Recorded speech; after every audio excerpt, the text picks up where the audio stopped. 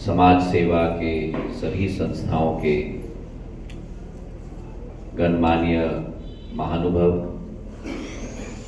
और समस्त अशोकनगर के प्रबुद्ध नागरिक जो इस कार्यक्रम में उपस्थित हैं, मुझे इस बात की अपार खुशी है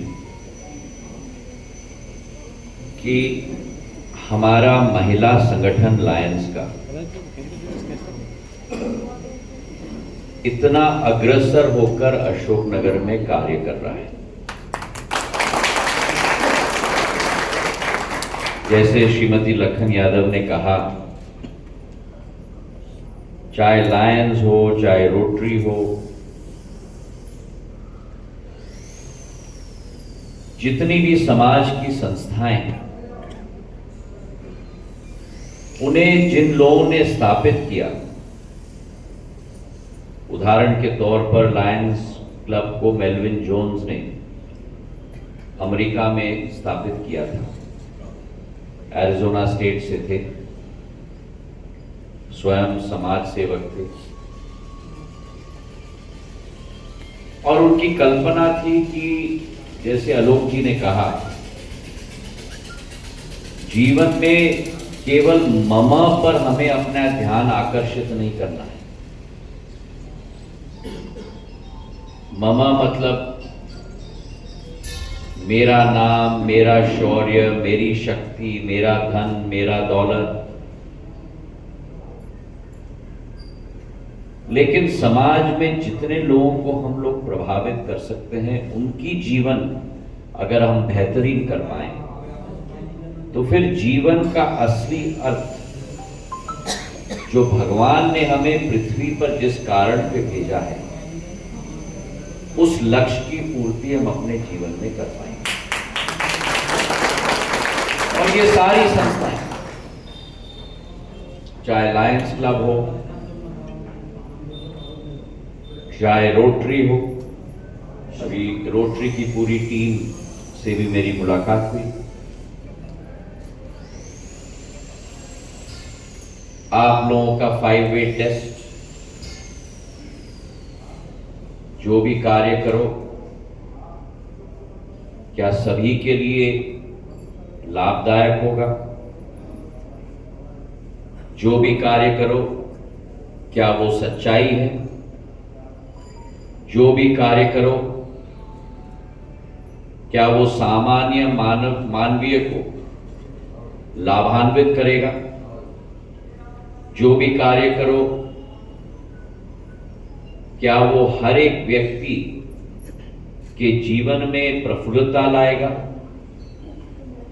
इन सारे नियमों के साथ, जिस तरीके से हमारे धर्म में हमने नियम बनाए, वैसे ही इन संस्थाओं में भी नियम।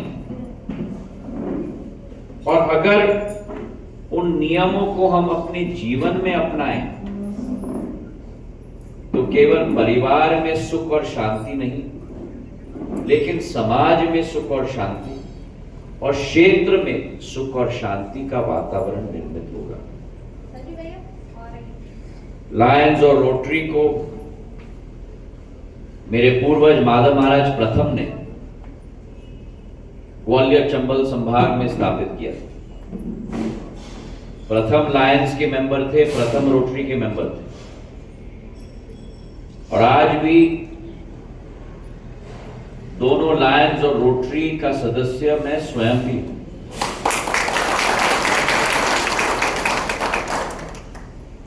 मुझे इस बात की भी बड़ी खुशी है कि मेरी महिलाएं इतनी बड़ी तादाद अशोकनगर शहर में लायंस क्लब के द्वारा पूर्ण रूप से सक्रिय हैं। और जिस क्षेत्र में, जिस शहर में महिलाएं सक्रिय हों, उस क्षेत्र, उस शहर का प्रगति और विकास पूर्ण रूप से सुनिश्चित है। आज भारत एक आशान्वित देश बन चुका है। आज भारत एक अग्रसर देश बन चुका है। प्रधानमंत्री जी के नेतृत्व में, और उनके 3 लक्ष्य हैं हमारे देश के लिए, आपके लिए, हमारे लिए। पहला लक्ष्य भारत को आत्मनिर्भर बनाना, वोकल फॉर लोकल और लोकल फॉर ग्लोबल। आज भारत का नाम विश्व पटल पर होना चाहिए भारत में किया हुआ उत्पादन के जरिए। कोई कल्पना नहीं कर सकता 15 साल पहले, 20 साल पहले कि भारत विश्व में सबसे बड़ा द्वितीय देश बनेगा ये डब्बे के उत्पादन में। सन 1993 में जब मैं हार्वर्ड यूनिवर्सिटी से ग्रेजुएशन करके वापस न्यूयॉर्क में काम करके, हांगकांग में काम करके वापस देश में आया था 1994 में, तब एक भी डब्बा हमारे देश में नहीं था, एक भी। और आप देख लो सफर 30 सालों में जिस देश में एक भी डब्बा नहीं था, आज पूरे विश्व का द्वितीय सबसे बड़ा उत्पादक देश डब्बे का बन गया। और मैं डब्बा का शब्द इस्तेमाल कर रहा हूं क्योंकि आज बड़ी विडंबना हो चुकी है। डब्बे के साथ जी नहीं पाते हैं, डब्बे के बिना जी नहीं पाते।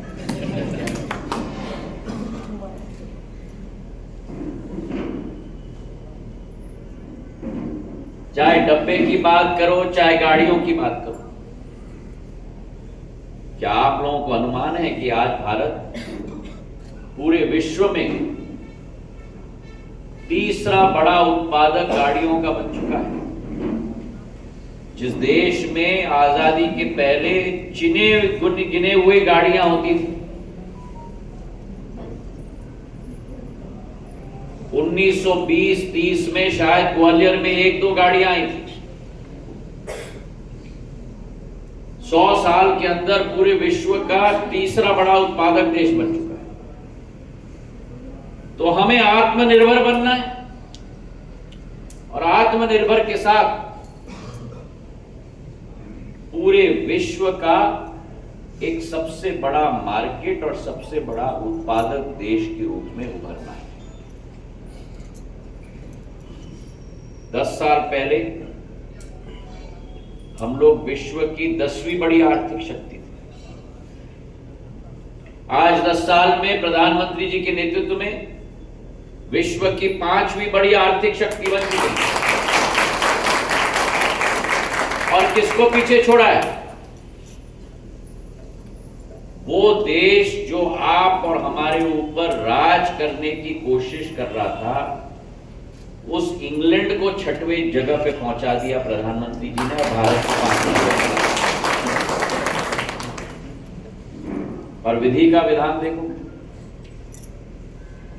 जो देश हम पर राज करने की इच्छा करता था, आज उसी देश का प्रधानमंत्री एक प्रवासी भारतीय बन चुका है। पहला लक्ष्य आत्मनिर्भरता, दूसरा लक्ष्य आत्मनिर्भरता के साथ कि भारत को एक विश्व गुरु के रूप में अपने आप को स्थापित करना। वासुदेव कुटुंबक की सोच और विचार, पूरा विश्व एक परिवार। पिछले वर्ष G20 की अध्यक्षता भारत ने की। एक ऐसा देश का राष्ट्रपति या एक ऐसा देश का प्रधानमंत्री नहीं बचा जो भारत में आकर भारत माता की माटी को सिर माथे न लगाया हो।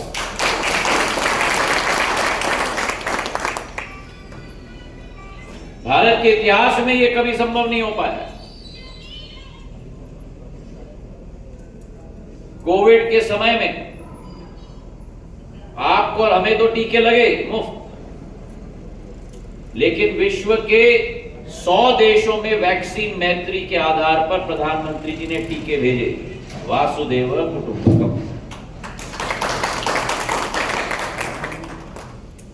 तो जहां एक आत्मनिर्भर भारत, जहां एक विश्व गुरु के रूप में भारत को स्थापित करना है, वहीं एक आध्यात्मिक शक्ति के रूप में भी भारत को स्थापित करना है। कोई और देश नहीं है इस दुनिया में जिसने 3 धर्मों को जन्म दिया हो। वो इस भारत माता की माटी है जिसने जैन धर्म, बौद्ध धर्म और सिख धर्म को जन्म दिया है। अध्यात्म का गर्भगृह भारत रहा है। भारत को एक आध्यात्मिक शक्ति के रूप में भी उभरना है, चाहे योग हो, चाहे आयुर्वेद हो, चाहे अध्यात्म हो। और आज भारत का परचम उस विषय में भी उभर रहा है, और उसमें भी लायंस और रोटरी की एक बहुत बड़ी भूमिका है। तो आज लायंस, रोटरी, सभी संस्थाओं को मैं निवेदन करूंगा, आप लोगों का तो 1 साल का चार्टर बनता ही है, और मुझे खुशी है हम लोगों की समीक्षा 5 साल में एक बार होती है। आप लोगों की समीक्षा तो हर साल होती है, और आप लोगों को अपना रिपोर्ट अगले साल के सत्र में आउटगोइंग अध्यक्ष को देना पड़ता है, और इनकमिंग अध्यक्ष को अपना विजन और प्लान अगले 1 साल के लिए देना पड़ता है। पर मैं चाहूंगा कि इसमें मेरी महिलाओं का भी बहुत बड़ा योगदान रहे। मातृशक्ति के आधार पे ही ये भारत आगे बढ़ पाएगा। 50% आबादी के आधार पर नहीं बढ़ पाएगा, और ये केवल भाषणबाजी नहीं, हम लोगों को अपने घर घर में मातृशक्ति को आगे करना होगा। जैसे प्रधानमंत्री ने महिला विधेयक पारित करके संसद में 1/3 महिलाओं को अपना स्थान दे दिया है,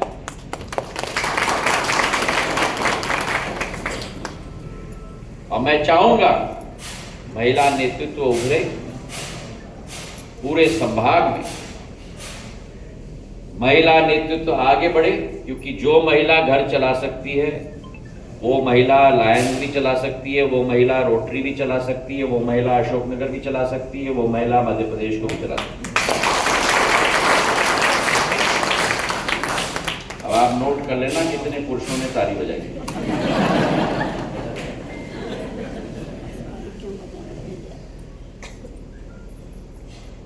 तो मैं निवेदन करूंगा कि आप लोग आगे बढ़ो, आप लोगों के कार्य पद्धति में, आप लोगों के योजनाओं में जहां भी मेरी मदद पड़ेगी, मैं आपके लिए तहे दिल से 100% संकल्पित हूं, और हमें अपने अशोकनगर, अपने संभाग को, अपने मध्य प्रदेश को आगे बढ़ाना है।